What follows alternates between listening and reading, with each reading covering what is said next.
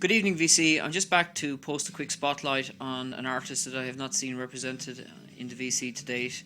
Now, as I said before, I haven't seen everyone's videos, but those that I have seen have not shown, to my mind, anything by this artist. To my mind as well, he is the most charismatic of all the folk artists that sprang from the halcyon days of the 1960s and early 1970s from the British Isles.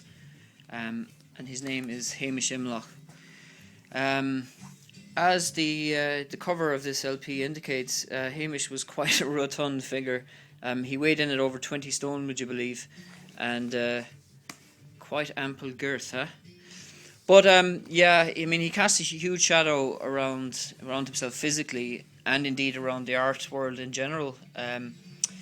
He mentored Billy Connolly, the Scottish comedian, and provided him with a lot of his shtick. And he also taught, would you believe, guitar to John Martyn and mentored him for many years as well. And indeed the same too could be said for Christy, the celebrated Irish folk singer. Hamish was a close friend of Christy's and mentored him in his art as well. So we have a lot to be thankful to this bloke for. I mean, those three names are complete and utter legends. Judging by his name, you might imagine that he was a 100% Scot. In fact, he was born in Calcutta in India, and he was raised in Brisbane in Australia, and only went to live in Scotland when he was 13 years old.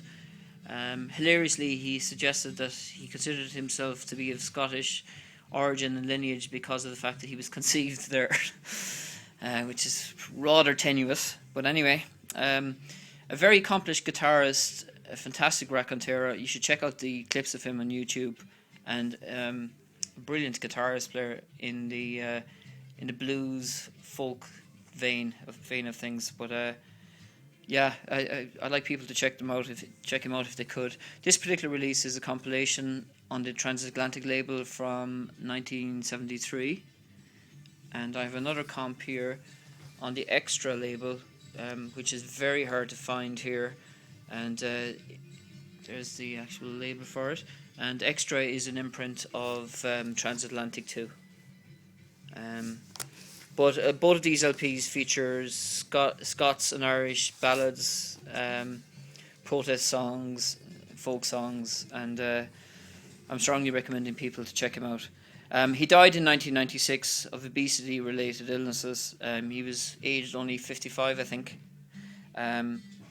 And he was very prescient when he said that in his autobiography in 1992.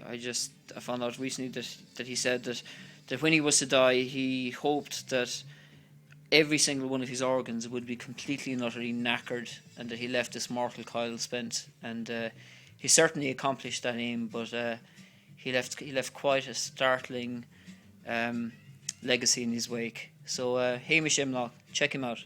Good luck, VC. Please comment. Thanks.